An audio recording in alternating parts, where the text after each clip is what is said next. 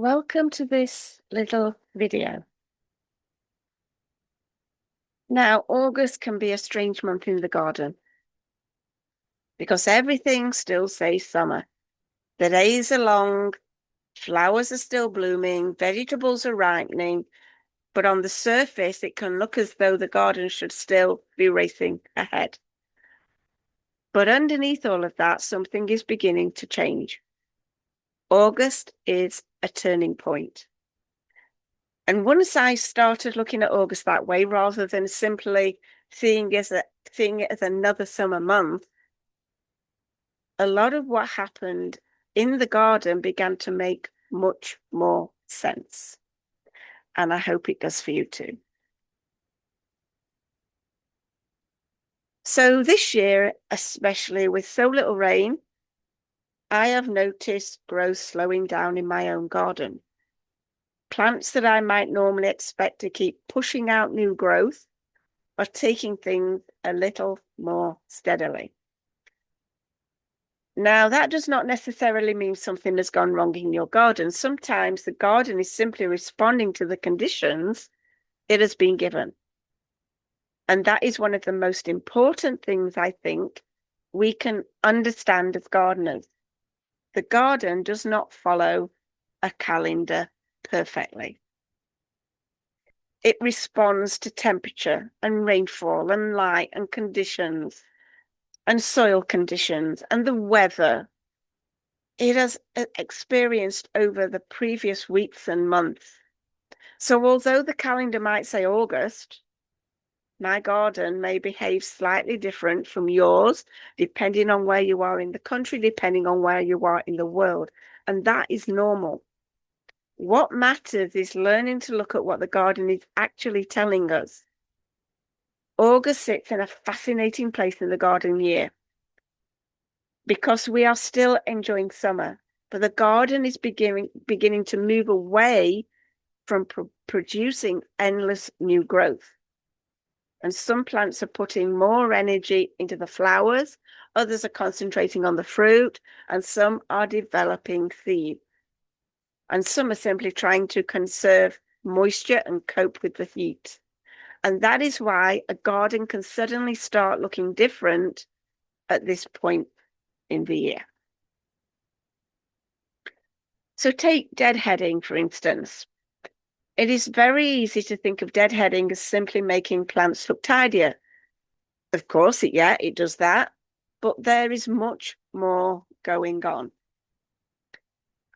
So once a flower finishes blooming, the plant may begin putting its energy into producing fruit. And by removing some of those finished flowers, I can encourage certain plants to keep producing more blooms instead. So when I deadhead in August, I am not simply clearing away something that looks untidy. I am influencing where that plant puts its energy. And that becomes even more interesting as we move further through the month, because I do not necessarily want to remove every single seed head. Some can be incredibly useful later in the year for wildlife, and others may give me seeds that I can collect.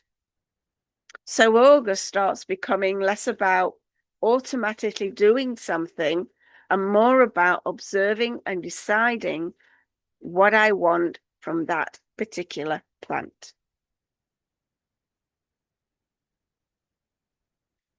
So the same change is happening in the vegetable garden. For many crops, August is when months of growing finally turn into harvesting. And I think this is one of those moments we sometimes rush past. We spend weeks sowing and watering and feeding and checking leaves and watching the weather and wondering whether something is ever going to grow. And then suddenly I am standing there with tomatoes, cucumbers, or another crop ready to pick. Harvesting is not just another gardening task. It is part of the cycle. It is the point where all that work begins to come back to us. And regular harvesting can also encourage some plants to keep producing. So again, Something that seems very simple is connected to what the plant is doing at this particular stage of the year.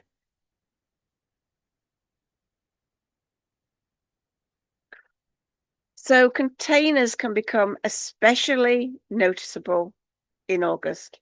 A plant growing in the ground has a much larger area of soil available to it, and a plant in a pot has whatever moisture and nutrients are contained within that pot, nothing more. And during warm, dry weather that can disappear surprisingly quickly, that means containers can sometimes be the first part of the garden to start looking tired. Leaves may droop, flowers can fade more quickly, and growth suddenly starts to slow. And when I see that, I do not immediately assume the plant has failed. I look at what conditions it has been dealing with. Has it had enough water? Hosepipe bans not helping. Has the compost dried out? Has it been sitting in strong sun? Has it simply been working incredibly hard for several months? That change in thinking can make gardening much less stressful. Instead of thinking, what have I done wrong? I can ask, what does this plant need now?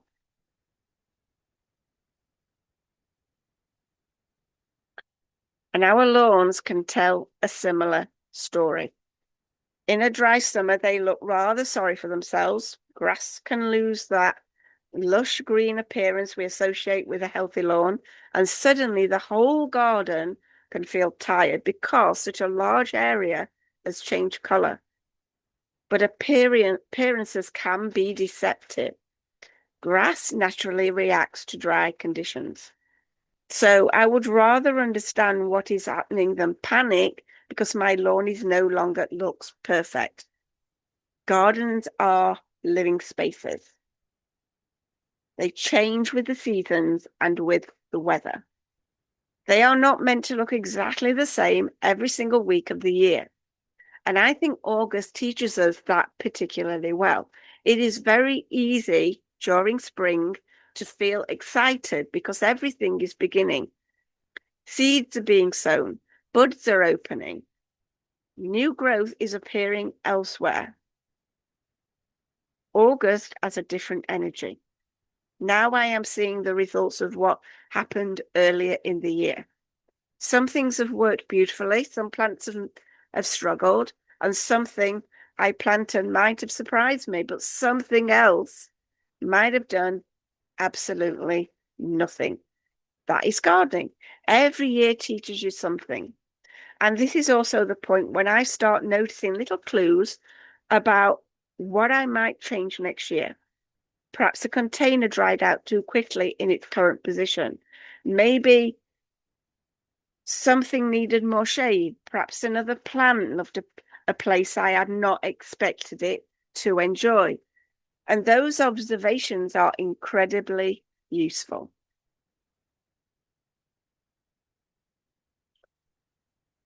So, because gardening confidence does not come from knowing every gardening rule, it comes from gradually understanding your own garden, your soil, your light, your weather, your plants, and what happens in your particular space. And that is why I think August matters so much.